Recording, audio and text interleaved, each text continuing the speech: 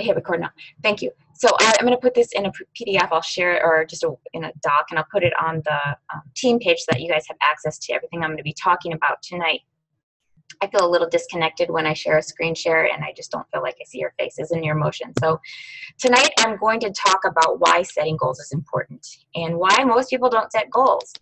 And I'm going to talk about how to set goals. At the end of the presentation, I'm also going to give you examples of how to set good goals and some examples of not so good goals, and tell you how to write them. And then I'm going to open up for questions at the end. Okay, so getting started, why do we set goals? It's a pretty safe statement to say that our lives are constantly changing, and most people fear change. And what's going to happen if this happens? But a good thing about setting goals is that you ensure that the changes in your life, that they can be very self-directed and self-determined. You have the ability, when you set goals, to design your life. There's so many people walking around and they're just letting life happen to them. But when you set goals, you actually create the life that you want to live, which is a really cool thing. But before we get started on how to set goals, I think it's really important that you understand why most people don't set goals. So I'm going to find out your reasons or your fears or your excuses so that we can overcome them. The first thing is that most people think they're unimportant, or more so that they never realize how to set goals in the first place. You weren't raised in an environment where that was something we did, and it was just not a priority, and therefore it's just whatever. We don't even think about it. And number two is they don't know how. Or even worse, people walk around and they go, I have goals, I want to be happy, or I want to make a lot of money. But I'm afraid to say that those are just dreams and wishes. Those are not goals. In fact, I asked this question today on my Facebook page about, do you set goals? And the response I got was, I really want to set them, I just don't know how. And I don't know what to write. And to be honest, the main reason why we really wanted to do this call is because we were getting the goals from a lot of people, and it made me realize that a lot of people don't really know how to set goals. I didn't know how to set goals. And so I was thinking about that, and I realized, if I didn't know how to set goals, then I need to teach people how to set goals. And this book actually helped change it for me. So if you don't know how, it's okay, because by the end of this call, you're going to know how. The third thing is fear of failure.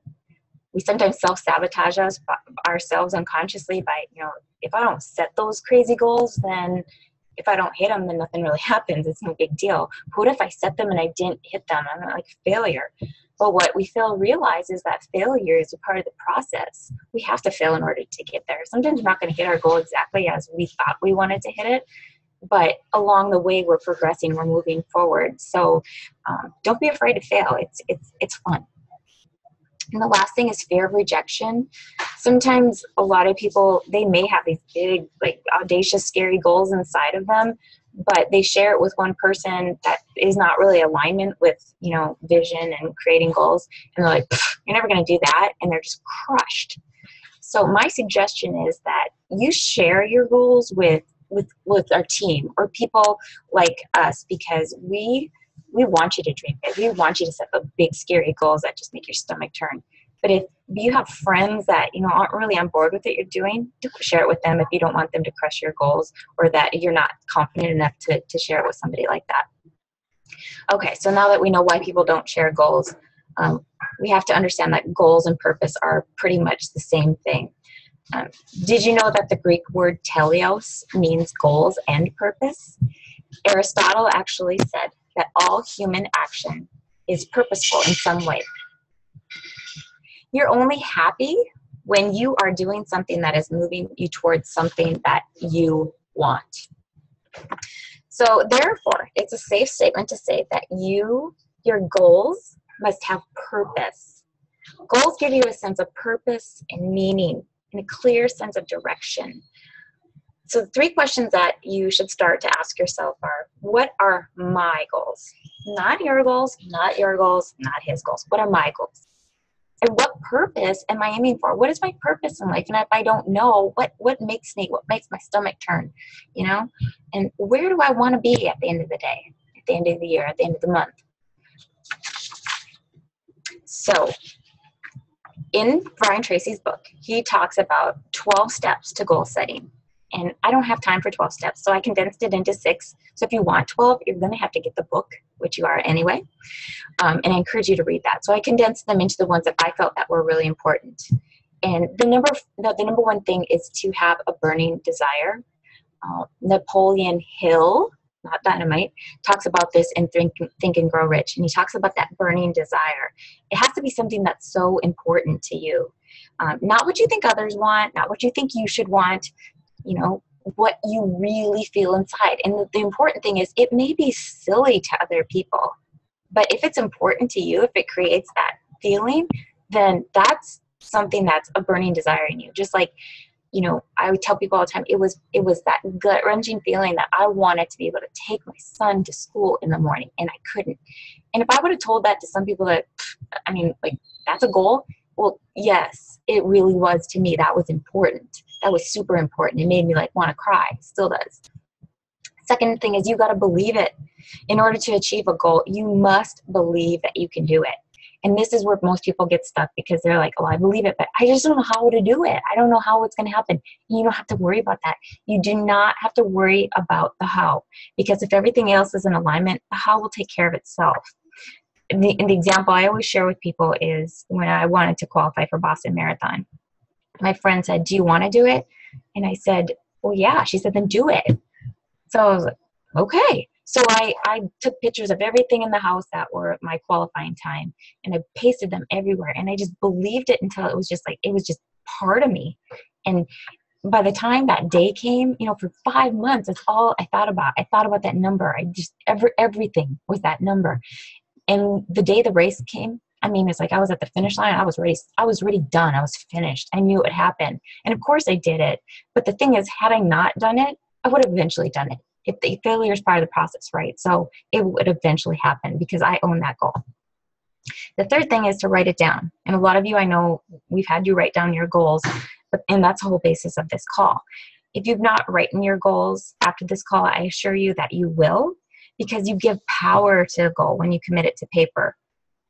And the example I have for this is a few years ago, we were sitting at a Super Saturday, and they said, for the top 100 Success Club earners in the next month, we will upgrade you in the Bahamas and Atlantis to this hotel. And I didn't even know what that meant, but all I heard was upgrade at Atlantis. And so I wrote it down, and I said when I'm going to do it, and I said how many points I'm going to get, and I had no idea how I was going to do it. I just believed it. And I really enjoyed that upgrade. And a few months later, I did it. I did it because I owned it. I believed it. I knew it was mine, and I wrote it down, and I shared it with people. The other thing is to set a deadline. This is why? Why do you want it? Number 4. This is super important. We talk about our why all the time, right? Tony Robbins actually calls this giving your goal legs. If you've read or listened to anything, he talks about make a list of all the ways that will benefit you by achieving this goal. And the more reasons that you can give, the more legs behind it, the more it's possible that you're going to achieve it. And it becomes more intense. It becomes like you. Example is, and this could be an egotistical thing, or this could be a really, really good thing. I want to make a lot of money. And somebody will be like, oh, but here's my reasons behind that. Making a lot of money means this. It means I can prosper other people. It means I can create experiences for my family. It means I can pick up on a whim and go see Greg in Minnesota or go see my family.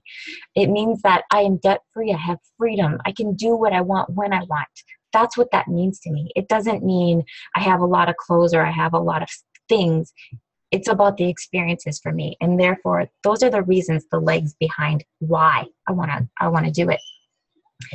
And number 5 is to set a deadline. And this honestly was something that was missing in a lot of people's goals.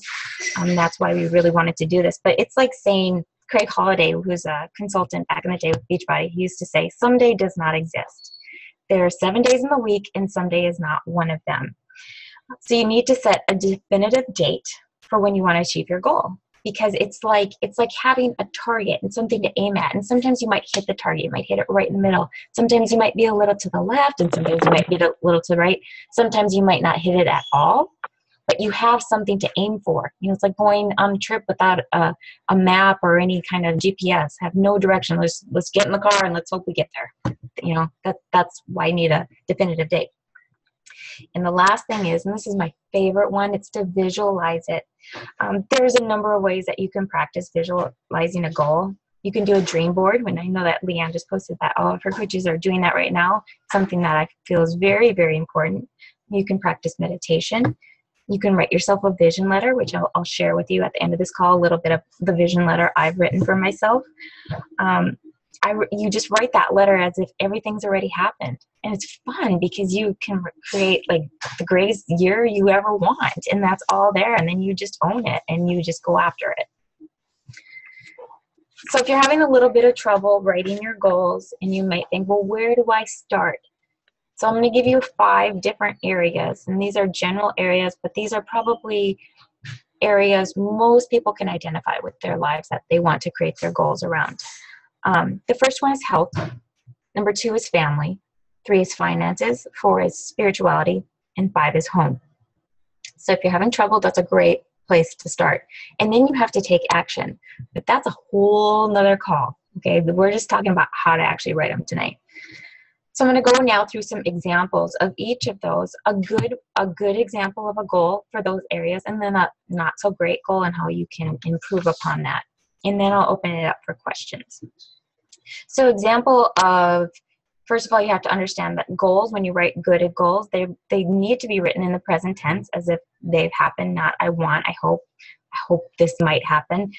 They need to be specific and they need to have a deadline. So a good example of a health goal, this could be, this has to do with my health. I run the Boston Marathon on April 12th, 2015. I have a picture on my dream board. I do that. This is actually not my goal. I'm just saying.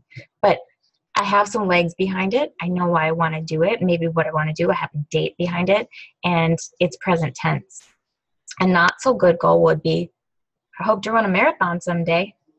I mean, that's good. That's cool. But it's not a goal because it's not, there's no definition behind it. What marathon do you want to do? When do you want to do it? What time do you want to do it in? Make it, the more reasons or legs you put behind it, the more valid it is. Family. A good goal would be, I take my family to Disney World on December 16th, 2016. My trip is paid with my Beachbody earnings. I set aside 15% of my earnings for this trip fund to help pay for the trip in full. It's a pretty good goal. It's pretty definitive. It's pretty descriptive. It's got a deadline. It gives you a little bit of an action plan. A not so good goal would be, little Johnny likes Mickey Mouse. I'd love to take him to Disney someday.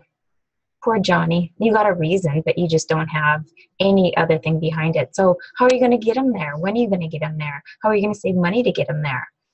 I hope I could take little Johnny someday. It's not really cool. Okay, so finances. This is an example of a good goal. I allocate 30% of my Beachbody earnings to pay my debt each month. I'm debt-free by November 2015. I'm free of the pain of debt. I sacrifice little things now, like clothes, mindless spending, and things I don't need to create wealth for my future. A not so good goal, same thing, just doesn't have anything behind it, is I want to be debt-free. This is the one I get and I hear all the time. I want to be debt-free. Well, how are you going to do it? When are you going to do it by? What are you going to do to make that happen? So put some legs and put some definitive description behind it. Spirituality. This is a good goal. Upon waking each morning, I spend 15 or 20 minutes in meditation. This practice has helped me have less anxiety, worry, and allows me to be in the moment with my family. A not so good goal, not a not so good thing, but a not so good goal would be, I'd like to find a church. Well, that's great. But where, when, how, why, what's your deadline? And for home, a good goal would be, and this is this is an example of that, the vision letter this is actually part of my vision I'm going to share with you.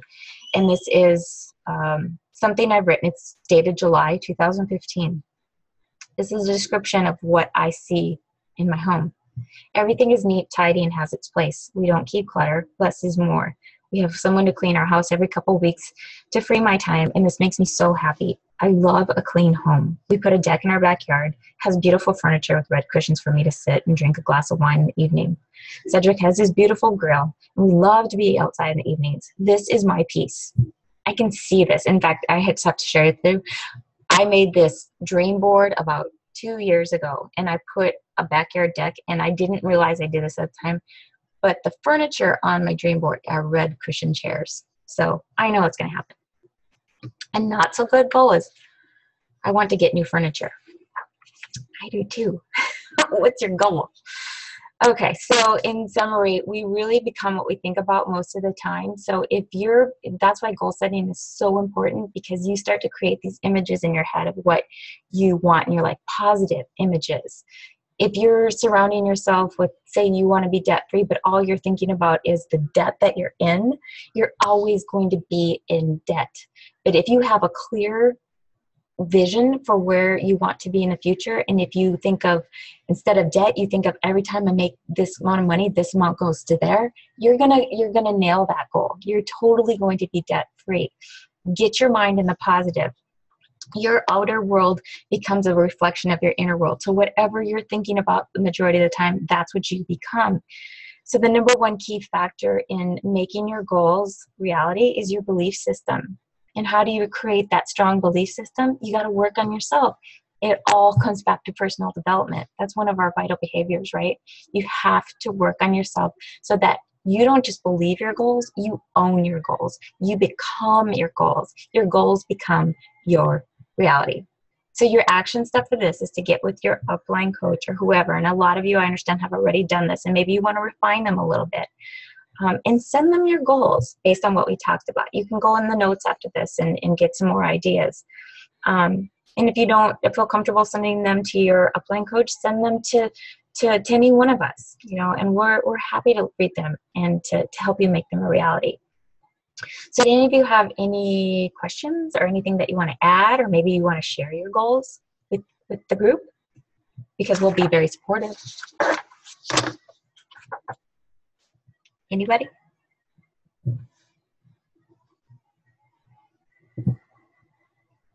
Crickets. Don't you love Greg's reverb that he has on him? Hello. How's it going out there in America? Everyone stand up and cheer. I'm a little wound up today. I have lots to say, but I'm leaving this out to you guys. Okay, so this is what I did. This is what I did in the last call if nobody wants to speak. How many of you have written your goals? Okay, how many of you after this call are going to write your goals? Okay, that's what I wanted to see. Don't feel bad if you haven't done it, because, it's probably something we talk about, but not like this has to be done. I know I've been talking about it a lot with my coaches, and Leanne has.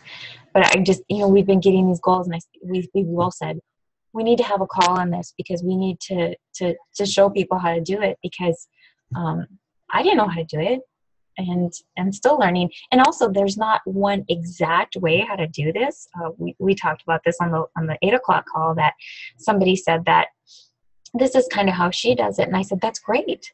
And one person said, I'm afraid I'm writing too many goals. And I thought, well, that's awesome. Why limit yourself? There's nothing wrong with writing too many goals, because what's the worst that could happen? You'll hit 5 of them and not 5 more. Don't limit yourself. Be a no limits person. All right. Anybody else have anything to add? Microwave, do you have anything to add? I love it. Now, I just wanted to add, I think it's great for people to try both aspects too, doing the dream board and writing it. I know I'm a very visual person, so I love the dream board part of it. Mike and I have a dream board that we created together in our gym, that we post things up there, both personally, family, trip related wise. But then I also love having that letter that, I write to myself. And, I don't think everyone really understands the importance of details. Those details are what create that vision for you. You can say, I want to be 5-star diamond. Well, okay, that's great. How are you going to get there? What are you going to do? Well, what do I need to do? I need to get 2 more people to diamond. And how am I going to do that? I'm going to run Coach Basics group. I'm going to devote my time to my coaches. When am I going to do that? I'm going to do that on Thursday evening, on Sunday evening. You know what I mean? So that way I'm holding myself accountable to reaching these goals. So I just think it's, really important for everybody, if you have written goals, kind of go over some of them and figure out how you can define them a little bit more for yourself. Plus, it's going into detail on how you feel.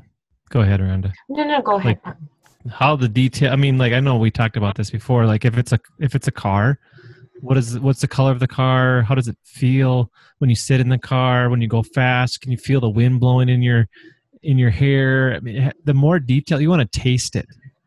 Like you can taste or you can see the furniture, the color of the furniture in your backyard. When you can define it that close and that visual, you can see it, then if you can't see it, it's not really going to happen usually. But if you can see it, feel it, taste it, smell it, you've already become it. It's just a matter of time then. Yeah, and some people are a little weirded by dream boards. I think it's kind of ooh, and if it's not your thing, and maybe writing is. You gotta find, but you do have to have some real specific reasons. The thing I shared with, I work with Monica Ward. If you don't know who she is, she's awesome. I'll just say that. And she had written a few years ago. She was living in Arizona at the time, and she had, for one of her home goals, her visualization was, I drink my morning coffee as I watch the waves crash in the ocean outside of my window. And she wanted to live in California, and she wanted to live on the beach, and that's what she saw. And she had no idea how it was going to happen because she was wrapped up in around, the cost of homes right there. And then she stopped worrying about that. And, 2 years later, she was drinking her coffee, watching the waves crash in an apartment on the beach. And it was because somebody that she never expected put this bug in her ear, like, why don't you rent? Duh. And she did. And, the how will come. The how always comes. So don't get wrapped up in that. Just be real specific in what you want. And it's the fun part of it, because you just get to be like, oof, and you get to write all these cool things that will happen. And it doesn't always happen exactly, but I said that it's happened how it's supposed to happen. So write those goals. Anybody else have anything to add? To share? Scary goals?